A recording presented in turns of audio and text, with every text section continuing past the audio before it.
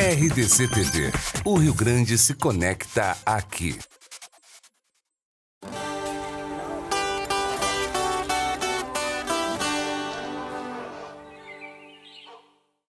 Olá, quem acompanha os esportes hípicos no país está preocupado. Não faz muito, a vaquejada, o esporte tradicional lá com cavalos e gado no Nordeste, foi proibida por uma decisão judicial. Depois, em seguida, se conseguiu reverter essa decisão. Mais tarde, as provas da Associação Brasileira de Criadores de Quarto de Milha, a ABQM, também foram suspensas no município paulista de Avaré. Mais recentemente, outras provas com cavalos, provas de tiro de laço e outras provas também foram proibidas no Paraná. E assim como ocorreu em outras investidas como essa, a justificativa é sempre a mesma, a defesa do bem-estar animal. Mas será que esses animais de esporte são realmente maltratados pelos seus proprietários? Será que isso acontece de verdade? Você que acompanha as provas, percebeu alguma coisa desse tipo? Bom, nós vamos falar sobre esse assunto hoje com dois especialistas aqui no tema. Estão aqui conosco o Rodrigo Albuquerque Pi, que é médico veterinário e inspetor técnico da Associação Brasileira de Criadores de Cavalos Crioulos, a ABCC. Tudo bem, Rodrigo? Seja bem-vindo. Obrigado. Também está aqui conosco o Rafael Carvalho, que é instrutor de equitação da Sociedade Hípica Porto Alegrense. Seja bem-vindo, Rafael. Tudo bem? Obrigado. Bom, nesse programa a gente vai falar ainda de um grande evento que aconteceu esta semana em São Paulo, o Global Agribusiness Forum. É um dos principais eventos de agronegócio no mundo, reuniu especialistas do mundo inteiro e se discutiu no GAF, como é conhecido, se discutiu o futuro do agronegócio, as novas tecnologias que estão vindo por aí, o conhecimento todo que está se empregando hoje para se produzir com qualidade e sustentabilidade. A gente vai falar desse assunto mais para o final do programa. Vamos começar então falando sobre o tema principal do nosso programa de hoje, que é esse do bem-estar animal. Vocês que trabalham com cavalo diariamente, vocês que têm essa preocupação também de manter a integridade física desses animais e trabalham com protocolos de bem-estar animal, o que vocês acham dessas decisões? O que está por trás disso? Por que a gente tem visto com tanta frequência entidades, ONGs e mesmo juízes querendo proibir os esportes equestres? O que vocês acham disso? Bem, assim, falando especificamente do que a Associação Brasileira de Criadores de Cavalos Crioulos tem feito em relação a isso. Primeiro, isso é uma máxima mundial hoje e é um caminho sem volta. Ou as associações de raça e entidades se enquadram às práticas de bem-estar animal ou estão sujeitas a que as suas práticas esportivas têm os dias contados. Claro. A ABCC vem já há bastante tempo, 4, 5 anos, investindo forte em questão do bem-estar animal. Hoje tem uma subcomissão na diretoria que trata especificamente disso. As provas hoje estão totalmente controladas, fiscalizadas por comissões de bem-estar animal. As pessoas que trabalham especificamente nas provas Vocês da ABCC, têm todo nós temos um protocolo a ser seguido. Uhum. Hoje nós temos vet check antes da prova, falando especificamente do freio de ouro, que é a prova máxima. Sim, a prova máxima da raça crioula. Foi instituído um vet check antes de iniciar. Durante a prova, a qualquer momento, os animais, em qualquer situação de suspeitas de que há problema em relação ao bem-estar animal, esse animal é desclassificado. Uhum. Tem uma revisão pós-prova. Então, tudo isso são ferramentas que a associação formatou dentro do seu regulamento visando as práticas do bem-estar animal. Nos esportes hípicos, Rafael, eu imagino que o cuidado seja tão grande quanto nas provas da ABCC. É o mesmo, Irineu. A gente segue mais ou menos o mesmo protocolo. Hoje em dia, a Federação Equestre Internacional, ela tem uma série de protocolos os quais os cavalos atletas têm que cumprir. Hoje em dia, para você... é um atleta, né, Rafael? É um atleta. Assim como um atleta olímpico, um jogador de futebol. Igual, né? É o mesmo trabalho. No hipismo clássico, a gente fala muito, acredito eu também, que nas outras modalidades equestres, sempre o conjunto. O bem-estar sempre do conjunto, sempre. E o cavalo vem em primeiro lugar. E o cavalo. O homem e o cavalo. A FEI tem uma série de protocolos os quais a gente tem que cumprir. Hoje em dia, você tem um cavalo atleta, tu tem que se enquadrar nessa situação. Essa situação, o básico seria o quê?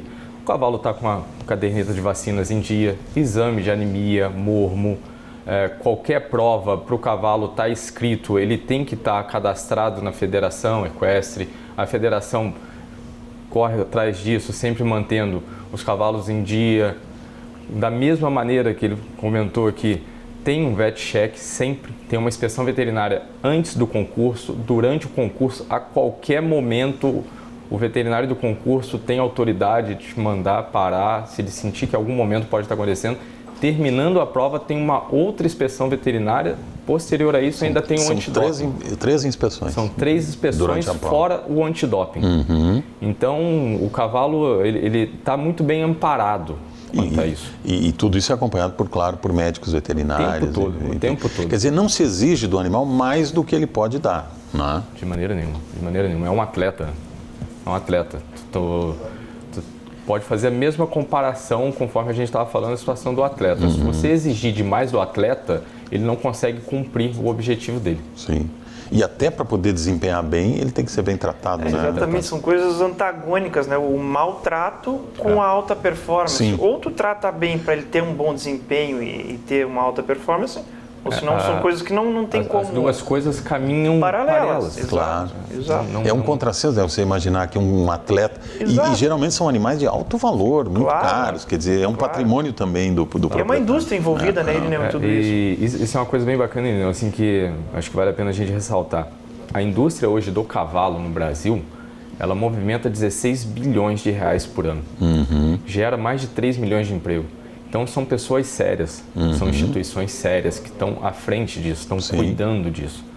Então, tem todo um respaldo. E quem investe nesses esportes também não está torrando, jogando seu dinheiro fora, né? Ele vai querer proteger aquele patrimônio. O cavalo é um patrimônio. É um patrimônio.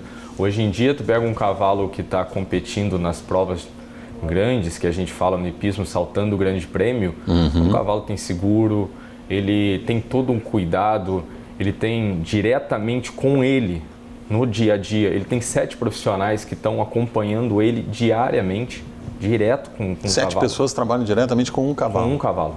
A gente começa ali com o tratador, que é a pessoa que tem um contato maior com o cavalo, depois tem o cavaleiro, o instrutor, o ferrador, o veterinário, o motorista do caminhão. Fora isso, ainda tem mais uma pessoa que está só para poder caminhar, o que a gente fala que é o picador. É a pessoa que está ali só para poder movimentar o cavalo. Circular, faz o cavalo circular na pista. Uma coisa interessante também, hoje o tratamento que ganham esses animais está muito mais próximo, muito mais relacionado à linha PET, de pequenos animais, do que animais de produção. Então, se diz em termos de alimentação, medicamento. Exatamente, de cuidados. Hoje se trabalha com um indivíduo, né? Não é rebanho, como por exemplo o gado e tal. E hoje em dia também, uma coisa assim também que evoluiu e está cada dia num caminho cada vez maior, é a questão da parte veterinária, o cuidado veterinário que tu tem com um cavalo desse, igual tu comentou, um cavalo de alto valor. Um cavalo que compete as provas hoje em dia, estão pagando muito bem, então tem todo um trabalho. Então tem um cuidado veterinário na volta desse cavalo que é uma coisa muito grande. Tem muito o amparar, conforme eu te falei, tem a questão de faz o seguro do cavalo. O cavalo hoje em dia, um cavalo de esporte, nas provas de hipismo clássico, até 8 anos é considerado um cavalo novo. Tem as provas específicas de cavalo novo. A gente consegue chegar, a gente viu aí na última Olimpíada, cavalo com 18 anos competindo a nível olímpico. Sim. Isso porque teve todo um cuidado durante a vida toda do cavalo. Não tem como um cavalo chegar competindo em alta performance com 18 anos de idade se ele não teve uma base bem feita, se não foi bem tratado. Um cavalo desse solto no campo nem teria uma vida tão longa e tão produtiva, né? Talvez não, né? Porque provavelmente lá no campo as condições são bem... condições adversas, condições naturais que...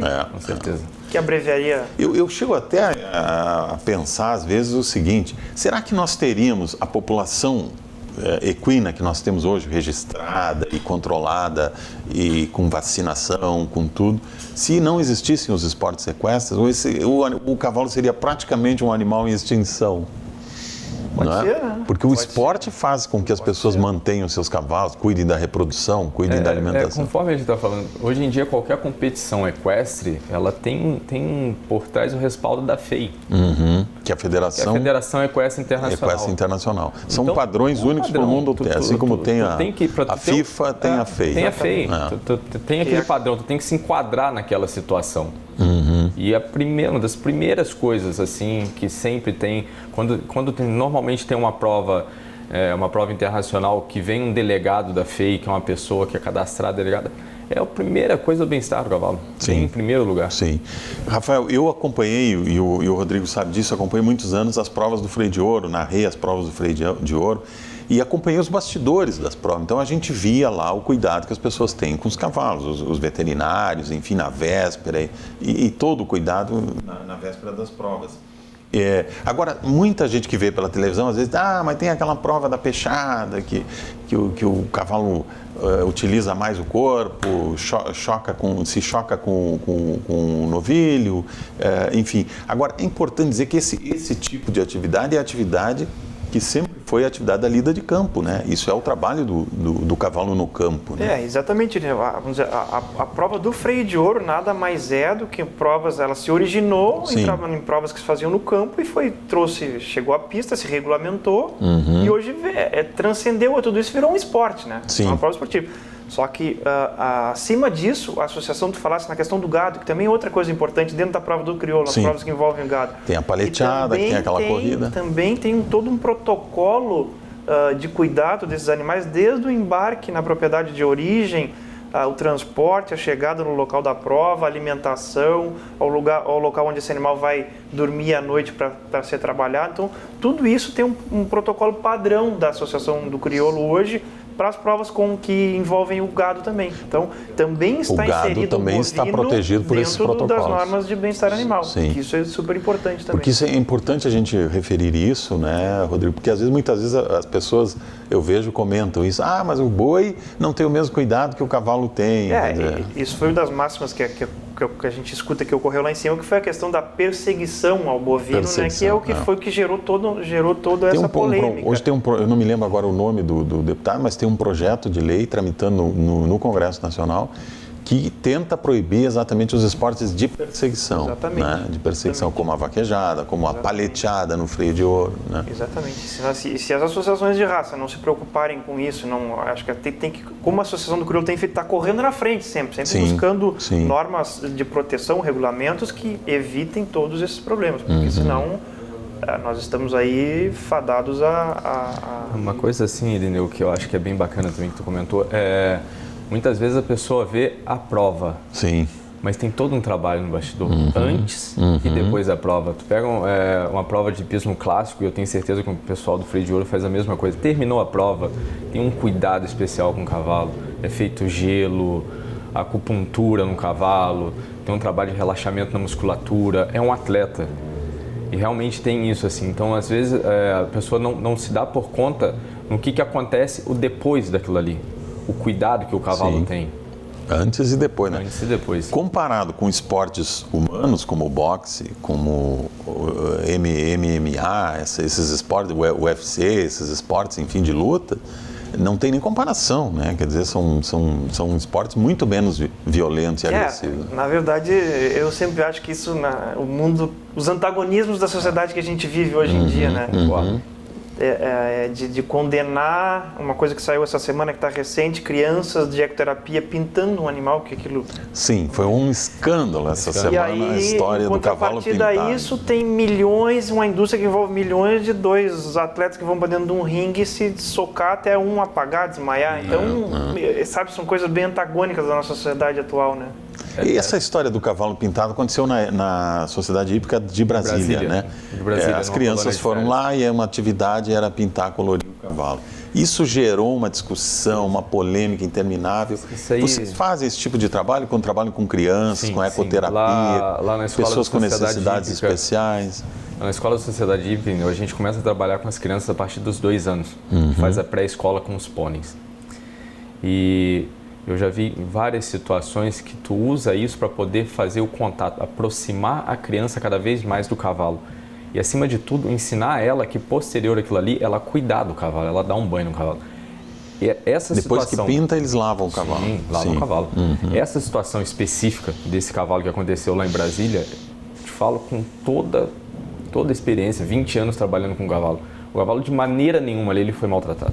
Pois é, vocês que conhecem bem o cavalo podem observar quando ele está se sentindo desconfortável, ele tem reações, né? Ele se movimenta de outra maneira e tal. Nos vídeos que a gente viu do cavalo pintado, vocês perceberam essa reação de desconforto, de incômodo? Não, em nenhum momento, e até foi muito relacionado à toxicidade da tinta. Da tinta. Só que ninguém em nenhum momento falou que essa tinta poderia ser tóxica para as crianças também, só para o cavalo. E não era tóxica, então, né? Se fosse prejudicar as crianças brincam. Primeiro ia prejudicar as crianças. Sim. Porque a pele do cavalo é bem mais espessa, ainda tem o pelo para proteger. Sim. Então, e ali o cavalo estava extremamente calmo, tranquilo. Não tinha sinais não tinha sinais. Se o cavalo estivesse irritado, se debatendo, tentando fazer alguma coisa, não, o cavalo estava extremamente calmo, tranquilo.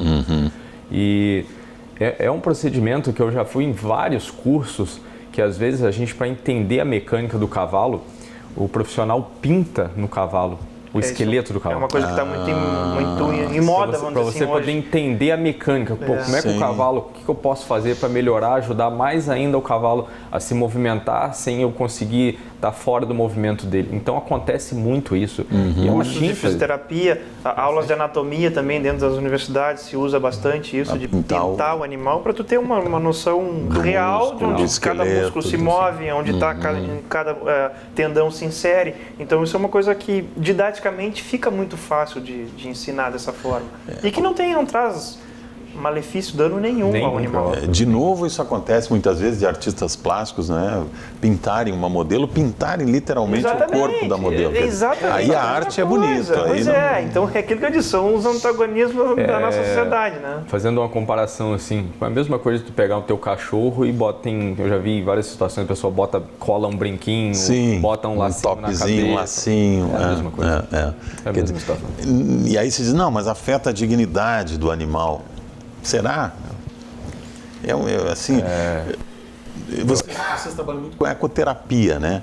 Que é outro capítulo interessante. É quando o cavalo ajuda, por exemplo, crianças com problemas, com necessidades especiais. Eu nunca trabalhei diretamente com ecoterapia. Normalmente o profissional que trabalha com ecoterapia, ele tem a forma, ele é fisioterapeuta ou psicólogo, mas eu acompanho. Nesses anos todos eu estou sempre ligado, eu tenho pessoal que trabalha junto assim. E o resultado com a ecoterapia causa uma coisa fantástica assim. Sim. Tem várias situações, desde crianças com autismo, criança que tem toque, crianças que às vezes têm dificuldade de interagir. Foi comprovado em São Paulo, na Universidade do Cavalo, a matéria de um doutorando, ele conseguiu comprovar que a criança que é criada no meio do cavalo, ela aprende a cuidar do animal, ela se dá bem, ela sabe relacionar com o próximo, ela aprende a ter o respeito com o cavalo. Porque uma das coisas que a gente defende muito na escola, eu cobro bastante isso dos meus alunos, terminou a aula não termina aqui, a aula termina lá. Vamos lá todo mundo ajudar a cuidar do cavalo, Sim. É o momento depois de dar o banho, de ajudar a ter essa interação, a cuidar dele também. E já desenvolveu o respeito pelo animal. Nós vamos fazer agora um rápido intervalo, em seguida a gente vai voltar ainda mais um bloco com esse assunto que é muito interessante, está sendo discutido aí calorosamente no país, muitas opiniões prós e contras e muitas vezes as opiniões contra sem nenhum embasamento, sem nenhum conhecimento científico. Então a gente está ouvindo hoje aqui o outro lado, ouvindo o lado dos profissionais que trabalham com o cavalo e que tem muito a nos dizer sobre exatamente os cuidados que são dispensados aos animais nessas provas equestres. Vamos para o intervalo e em seguida voltamos com o nosso Campo Capital.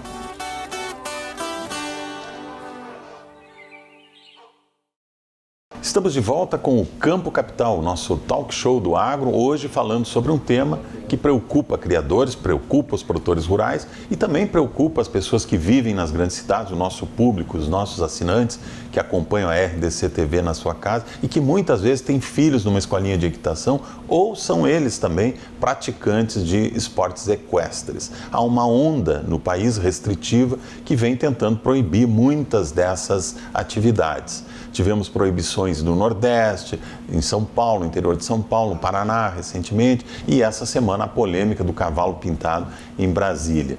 Então nós estamos ouvindo aqui o Rodrigo Albuquerque Pi, que é médico veterinário e inspetor técnico da Associação Brasileira de Criadores de Cavalos Crioulos, e o Rafael Carvalho, que é instrutor de equitação da Sociedade Hípica Porto Alegrense, também uma sociedade tradicional e que desenvolve uma atividade lá muito interessante com cavalos, tem escola de equitação, inclusive com crianças e inclusive com pessoas com necessidades especiais. Rodrigo, além do freio de ouro, que é a prova mais conhecida da raça crioula, existem outras atividades ligadas ao cavalo crioulo. Uma delas é a marcha de integração, que percorre lá 700, 800 quilômetros, né? Uma marcha bastante longa. Eu ouvi já pessoas falando sobre isso, mas é uma marcha muito longa, os animais ficam extenuados, morrem. O que existe de mito nessa história, Rodrigo? A marcha de resistência é uma das provas mais antigas da raça, uma prova de seleção, porque uma das maiores virtudes do crioulo é a capacidade de recuperação, capacidade de adaptação a meios adversos, a capacidade de percorrer, a resistência dele a percorrer longos percursos. Então a marcha nada mais é do que uma prova que testa a resistência, a rusticidade e a capacidade de adaptação do cavalo crioulo. E hoje, também, como qualquer outra prova da raça crioula, também a BCC está preocupada com a questão do bem-estar animal, está regulamentando práticas de bem-estar animal que também estão sendo atuantes dentro da marcha. Então, ela não foge do regulamento e da forma como acontecem as outras modalidades da raça. Hoje são 13, 14 modalidades regulamentadas da BCC e todas elas estão inseridas dentro de um padrão. Os cuidados de normas são os mesmos. Padronizadas de bem-estar animal, e a marcha não foge a isso. E esses 700 e poucos quilômetros que são feitos, eu não sei qual é o... São 15 dias. 15 pois é, dias. Muitas pessoas imaginam que isso é contínuo, exato, que o cavalo percorre 700 quilômetros. Acontece que a falta de informação, de conhecimento de causa, acabam criando esses monstros, São 15 dias com paradas de quantos em quantos quilômetros? Não, na verdade é um trecho fixo, né? Você tem percursos, tem dias que percorre 30 quilômetros, dias que percorrem 40, 50, são etapas regulamentadas, ele não pode passar de um tempo mínimo e tempo máximo, ele tem que fazer dentro daquele tempo, que é para evitar justamente como isso aí. Como um rally de regularidade. Exatamente, tem regularidade inserida dentro disso aí. Se escolhe também condição de água, condição ambiental de alimentação para os animais estar. O terreno onde ele percorre essa distância também tem que ser um terreno macio. Então tem uma série de coisas que envolvem. Tem os bastidores também, que às vezes realmente as pessoas... O cuidado, depois terminou ali, tem todo um cuidado. Tu montou a cavalo e sai percorrendo 750 quilômetros. Não. Porque muitas vezes as pessoas têm essa ideia, né? Mas aí o animal morre de tanto correr, caminhar. E não é correndo, né? Não. Ele tem regularidade dentro disso. Ele não pode ultrapassar o limite máximo nem o limite mínimo. Tem que percorrer dentro daquele tempo. Então não tem como ser uma coisa agressiva que vá... E uma coisa, Irineu, que é bem certo, assim, independente da modalidade equestre, qualquer prova oficial, o que é uma prova oficial? Uma prova que é embasada pela federação, é embasada pela CBH, é embasada pela FEI. Tem os protocolos que a gente tem que cumprir. Sim. Isso é certo, independente da modalidade equestre. Mesmo nas atividades amadoras, quando não são profissionais que estão envolvidos, mesmo assim tem que ter esses cuidados. Tem que ter. Porque no caso do freio, muitas vezes na marcha de integração, nem todos ali são ginetes profissionais, né? Mas falando especificamente de freio, de marcha, hoje já é uma estrutura que envolve isso totalmente profissionalizada. Totalmente. A marcha já é totalmente. A marcha, falando do exemplo da marcha, no Uruguai, na Argentina, é uma prova extremamente tradicional, como no Brasil, e tem pessoas que se dedicam exclusivamente a isso. Ginetes também que se dedicam, tanto que tu não vê ginetes do freio de ouro, por exemplo, participando da marcha. Sim, porque é outra modalidade, totalmente diferente. Então tu tem que conhecer a fundo o teu cavalo, os limites dele, para tu poder cumprir essa prova. Então é uma coisa que está extremamente profissional hoje também, a exemplo das outras modalidades. E no caso do hipismo, Rafael, o pessoal, quando vai lá na hípica, eu me lembro a primeira vez que andei naquele circuito lá, me chamou muito a atenção a altura dos obstáculos, né? Às vezes é mais alto que a gente, assim. Sim. E o pessoal diz, não, mas isso aqui é muito alto, o cavalo vai se machucar, vai bater naqueles obstáculos e tal. Na verdade, para o cavalo, aquilo ali é perfeitamente possível, né? Tem, conforme eu estava te explicando naquela hora, o cavalo começa a competir com 4 anos. Com 4 anos ele começa a atividade hípica dele. Até 8 anos ele é considerado um cavalo novo. Novo. 8 anos. Hoje em dia a prova mais alta que tem é a Olimpíada, é 1,60 m. O cavalo, para chegar naquela altura, ele tem no mínimo 8 anos de trabalho diário. Sim. E uma coisa... Começa de repente. Não é. Começa com obstáculos baixinhos. Começa baixinho. Começa bem baixinho. É a mesma coisa em escola. O aluno de escola, ele começa passando vara no chão, depois começa com um xizinho, aí vem as provas de escola de 65 centímetros, 85 centímetros, depois tem a prova de 90 centímetros, que é a prova intermediária, que quando a criança está saindo ou o aluno está saindo da escola para passar a ser o profissional, que a gente fala. Sim. E aí tem depois a categoria amador, amador A, amador B, e vai subindo. E uma coisa que é interessante falar também, normalmente, como toda prova hípica, eu acredito que no freio de ouro deve ser igual, existe um cuidado com o piso. Então, hoje em dia, lá na Sociedade Hípica, a gente tem um piso que a qualidade dele, conforme eu estava te explicando, para ter uma prova a nível FEI, a FEI tem que ir lá e validar o local. Homologar o piso. Homologar o piso, ver se as cocheiras têm qualidade. Sim. Então, tem todo um respaldo. Então, assim, um cavalo que chega a saltar a nível olímpico 1,60 m, ele não está saltando em qualquer piso. Conforme a gente estava falando naquela hora, um cavalo que de um valor financeiro bem grande, que tem todo o investimento, o proprietário do cavalo, o investidor, dono do cavalo, ele não vai colocar esse cavalo em qualquer lugar. Sim. De maneira nenhuma. Não vai saltar em qualquer Primeiro piso. vem o bem-estar do cavalo dele. Claro. Aí a gente volta mesmo na mesma situação. E como é que é essa história do piso? Que tipo de piso vocês utilizam? É mais fofo, mais macio? Não, o piso normalmente tem três tipos de piso que são feitas as provas. Tem o piso que é de areia, normal. Sim. É uma areia que ela tem que ter no mínimo 4 centímetros. A gente trabalha e tem um trabalho... Amortecer o impacto. E tem um trabalho diário naquele piso. Normalmente, uma pista normal, a gente passa a grade com o trator de manhã, passa na hora do almoço e passa de tarde de novo, para manter aquele piso. Piso de grama é a mesma coisa, é uma grama especial, que tem um cuidado especial, não pode ter nenhuma irregularidade, não pode ter nenhum buraco, nada Claro. Que possa oferecer risco ao cavalo. Sim. E fora isso, tem mais um outro piso, que é um piso importado, que na Europa eles estão usando muito agora, uma areia especial. Essa areia, ela tem micropartículas de carpete. Se tu pegar a areia e olhar ela amortece. Olha só, para amortecer o impacto. E o piso tem um cuidado diário com ele. Sim. Diário. Por que tem esse cuidado diário? Voltando lá atrás. Porque o cavalo vem em primeiro lugar. Claro. Então o cavalo atleta Tem que preservar a integridade do cavalo. No freio a gente vê muito isso também, né, muito, Rodrigo? muito. Hoje... Antes das provas lá na Expo Inter, o pessoal pode ver os tratores passando, nivelando a pista. Não só porque é um areião, né?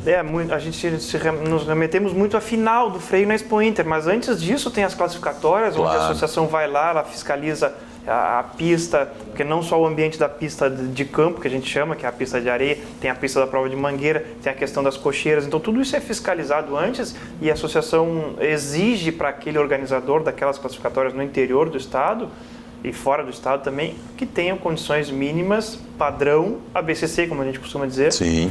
que não só a final da Expo Inter. Então esses animais já antes, nas classificatórias, já tem que ser submetidos a pistas, a provas que tenham condições de ele apresentar o máximo da sua performance dentro de uma condição de bem-estar animal. Porque, de novo, como falou o Rafael, se a pista tiver alguma irregularidade, buracos, pedras, enfim, o cavalo vai se machucar, né? Quer dizer, ninguém quer que aconteça um acidente, né? Aí vem a autoridade, o respaldo que a gente estava falando das instituições.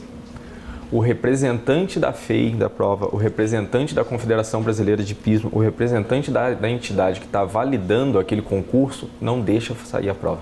Sim, ele pode ir lá e interromper a prova.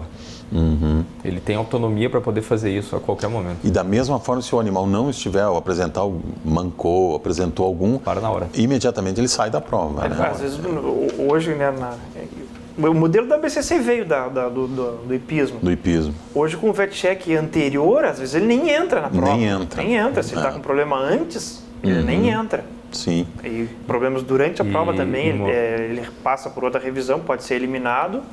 A questão do sangue zero também, que foi uma coisa que na BCC... O que é o sangue zero?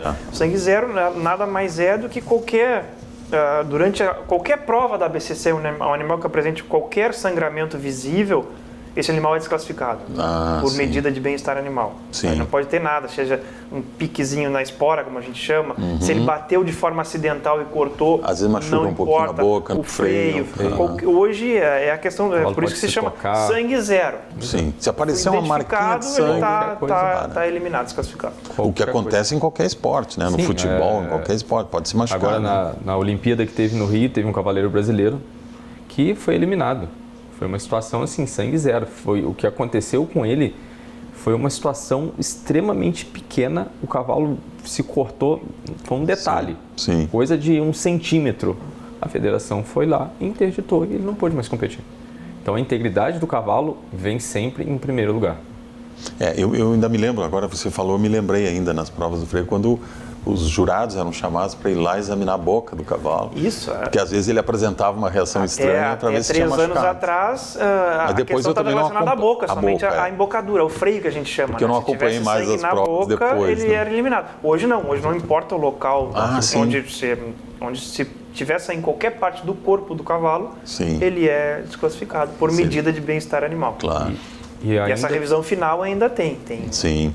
E mesmo assim, se a entidade que estiver ali vê que o cavaleiro, em algum momento, o cavalo sentiu, o cavalo aconteceu alguma coisa e que ele abusou, se é julgado, tem uma comissão, se é julgado que ele julgou, ele é multado. Mesmo que o cavalo não fique lesionado, machucado. Ele é multado. Se sentir que o cavaleiro está exigindo demais do cavalo. Ele é multado, ele fica um tempo. Como um atleta. Sim. Fica um tempo suspenso, não pode leva um cartão vermelho. Leva um cartão vermelho.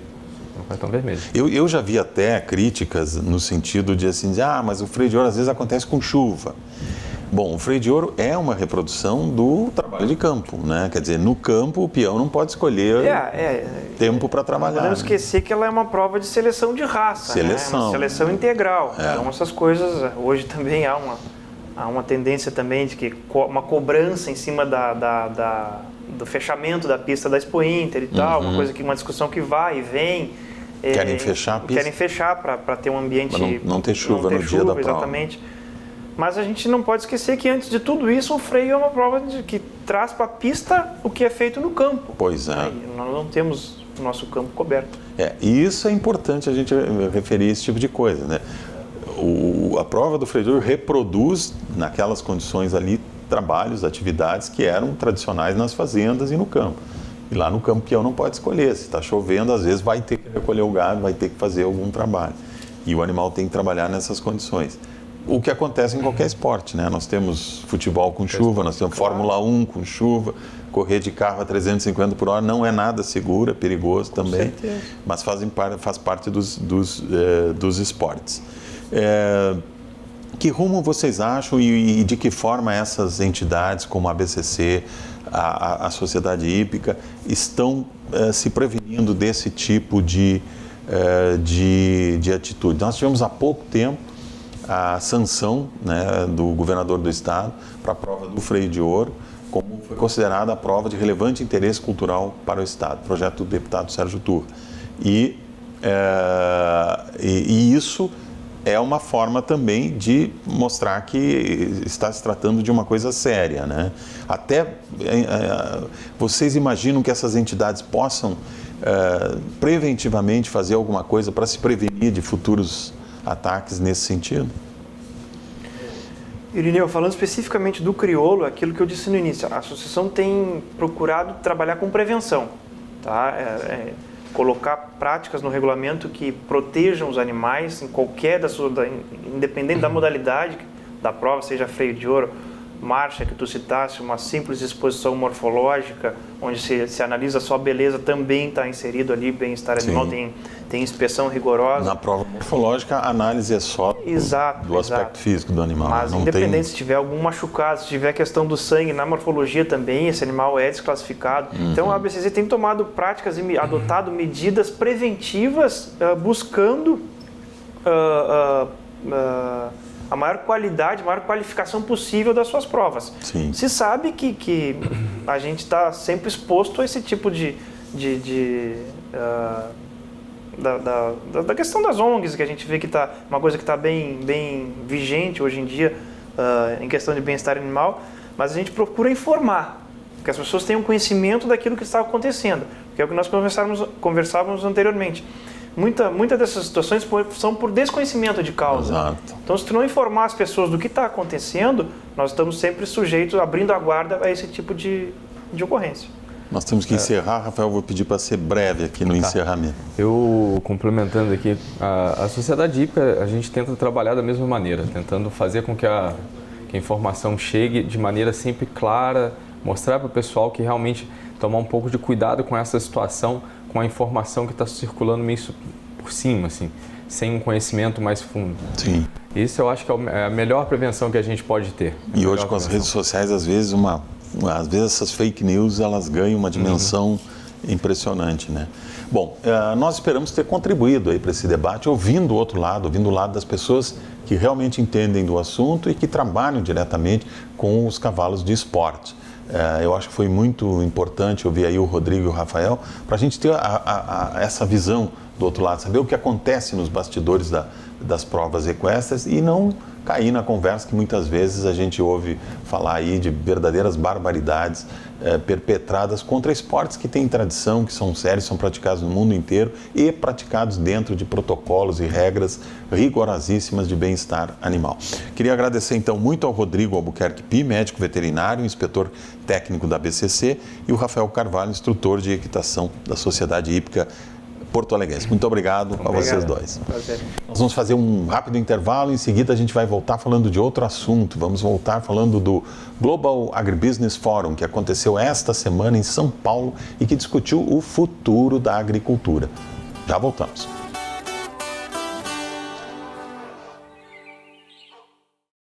Olá, estamos de volta com o Campo Capital, o nosso talk show do agro aqui na RDC TV, a emissora que conecta os gaúchos.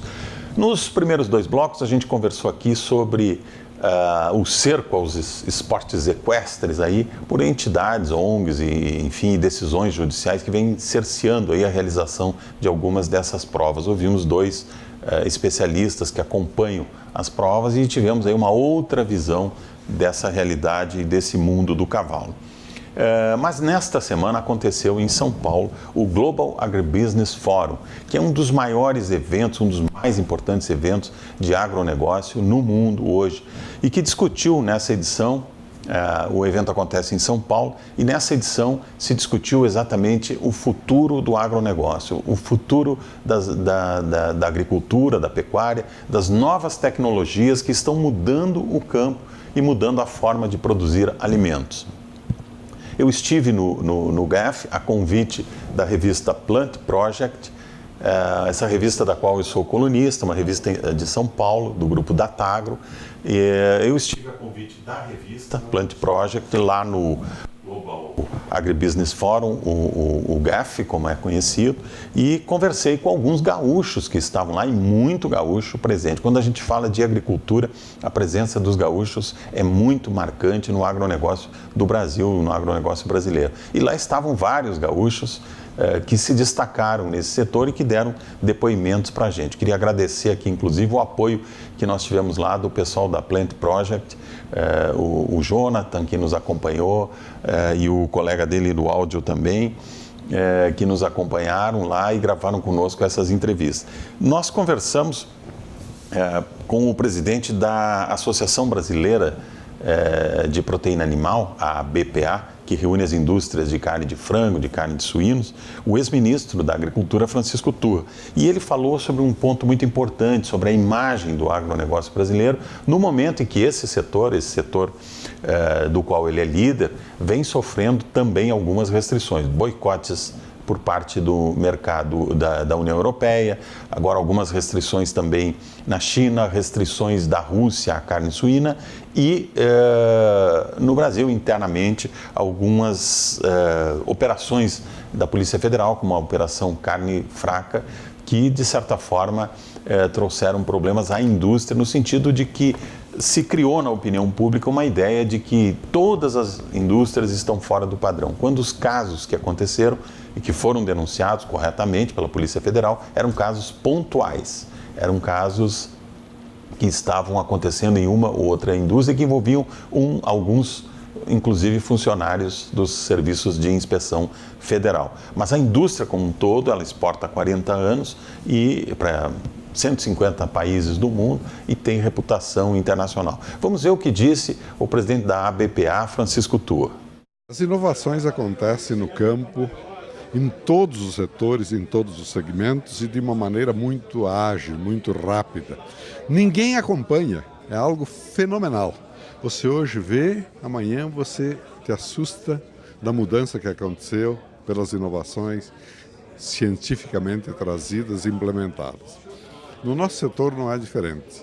Eu vou só dar alguns dados para você ter uma noção. Por exemplo, há 30 anos passados, você produzia aí 1 quilo de carne de frango, precisava 3,5 kg, 4 de ração. Hoje você produz 1 quilo de carne de frango, exatamente com 1,6 kg de ração. É uma inovação. Conversão impressionante. Nós trabalhamos muito cercados pela ciência, Embrapa, suínos e aves, universidades, pesquisadores, entidades privadas que se dedicam a aprimorar, melhorar cada dia a qualidade da carne, do produto, a sanidade. Isso é uma coisa importante. Um outro ponto que talvez poucos saibam, a genética está melhorando. Nós hoje estamos produzindo 27% a mais de carne de peito de frango do que produzimos há 40 anos passados. Só com genética? Só com genética, melhoramento genético. Nós temos todos os certificados mundiais, missões vêm, investigam, analisam, voltam, referendam, habilitam.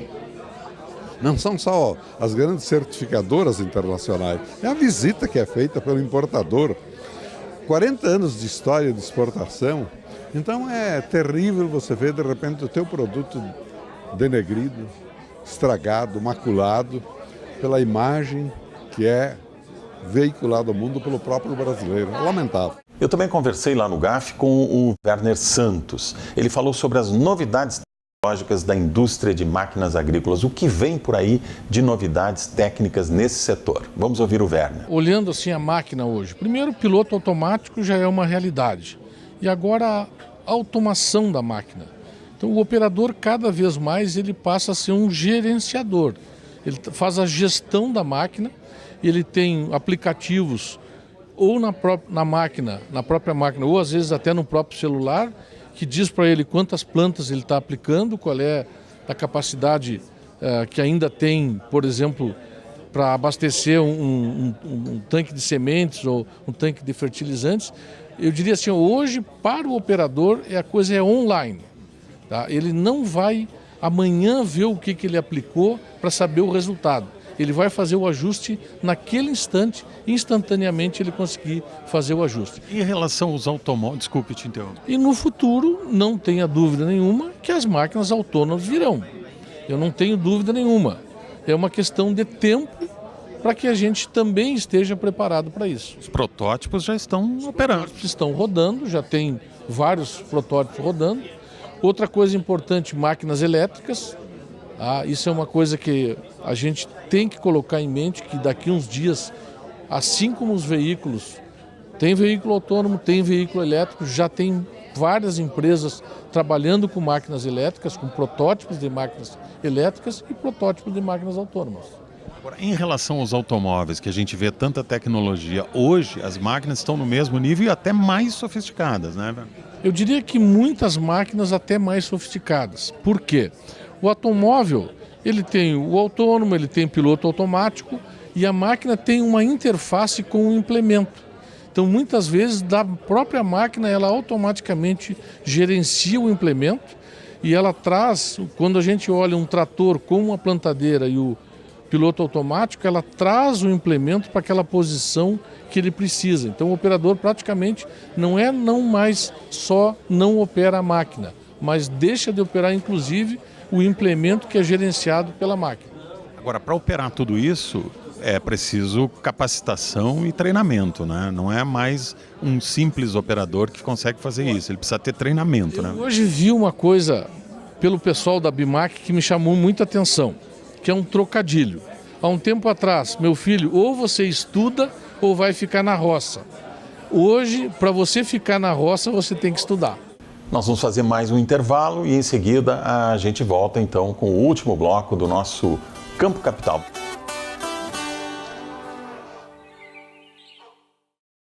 Olá, estamos de volta com o nosso Campo Capital, o nosso talk show do agronegócio aqui na RDC TV. Esta semana, a gente comentava no bloco anterior, aconteceu em São Paulo o Global Agribusiness Forum, que é um dos maiores eventos de agronegócio do mundo. Eu estive lá, convite da revista Plant Project, passei por lá, estive uma tarde com o pessoal lá.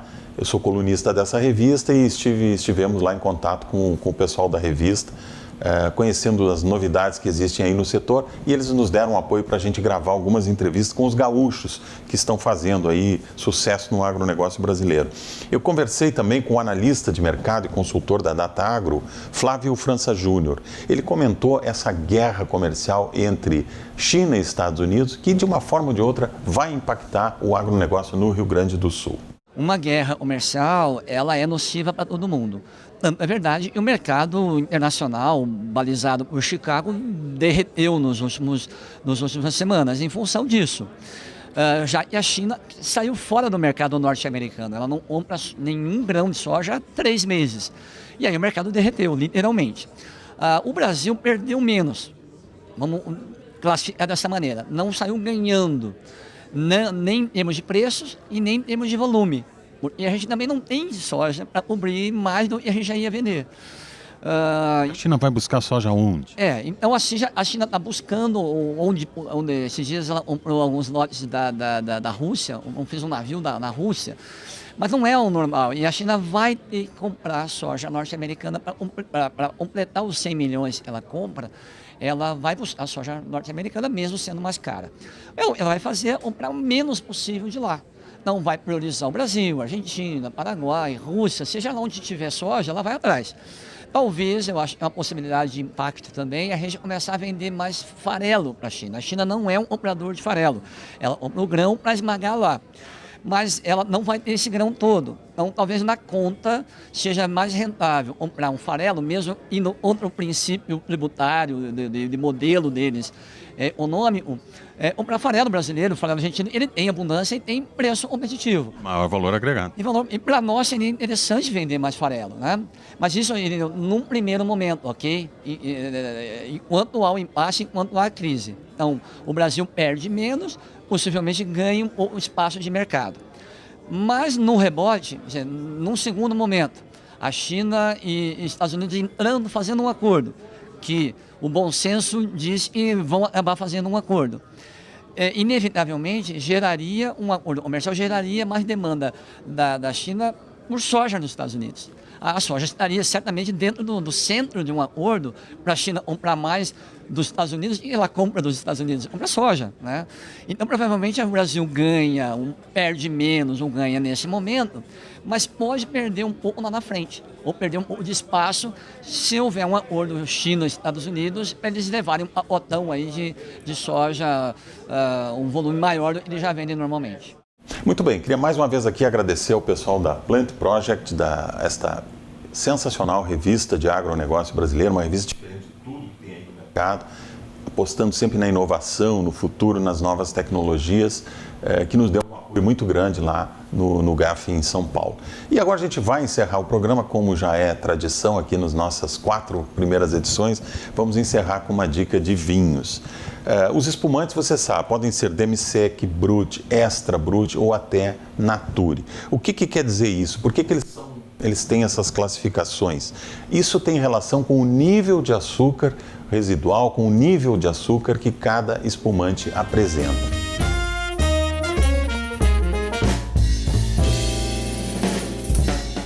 Olá!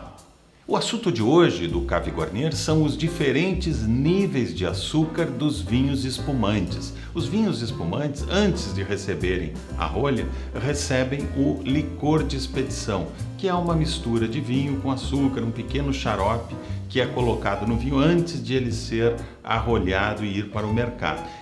Esse licor de expedição determina se nós vamos ter um demi-sec, um brut, um extra brut ou um nature. No caso do vinho que nós vamos provar hoje, Trata-se de um Nature, é um vinho que não leva licor de expedição.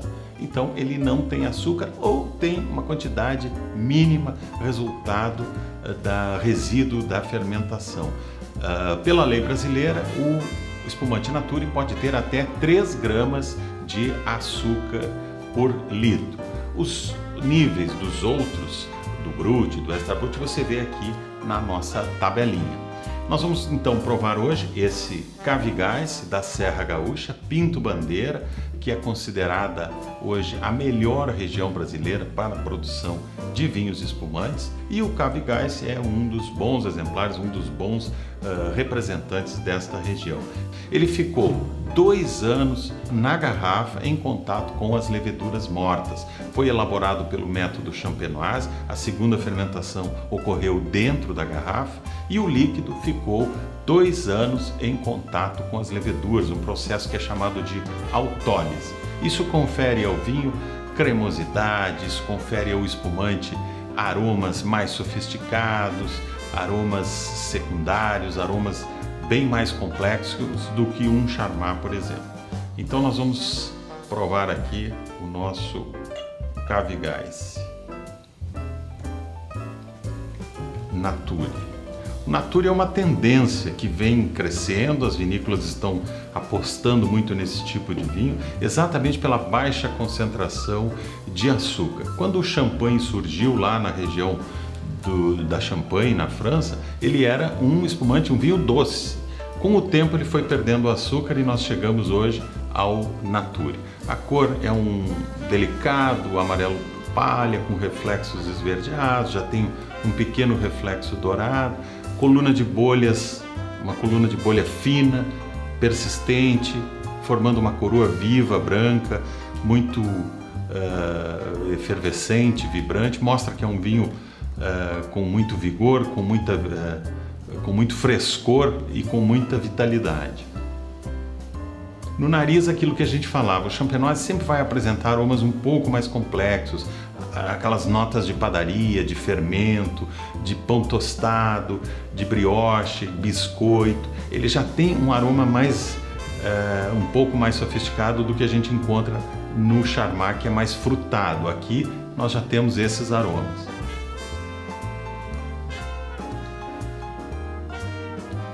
E na boca ele é muito cremoso, é muito fresco, tem uma acidez muito boa. A acidez é um pouco mais controlada, não é uma acidez tão forte quanto aquela que nós temos nos Charmats jovens.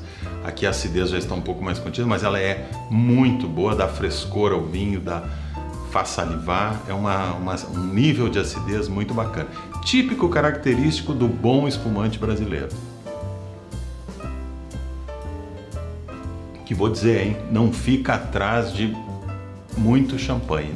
E o espumante brasileiro é hoje o vinho de maior destaque no Brasil, mais premiado internacionalmente, e aquele vinho que rompeu a barreira de preconceito do brasileiro. O brasileiro tinha muito aquela história, eu não bebo vinho nacional, só bebo vinho importado. Hoje ele se orgulha de dizer que bebe o espumante brasileiro. Nós estamos ali hoje competindo com os espumantes do velho mundo, da Espanha, da Itália, de Portugal e até com os champanhes da França. Essa era a nossa dica de hoje do Cave Guarnier. Curta, compartilhe com seus amigos, traga mais gente para esse mundo fascinante do vinho. Até o próximo episódio. Muito bem, esse foi o nosso Campo Capital de hoje. A gente fica por aqui, voltamos no próximo domingo às 10 horas da manhã. Esperamos que você tenha gostado e contamos com a sua audiência no próximo domingo. Até lá!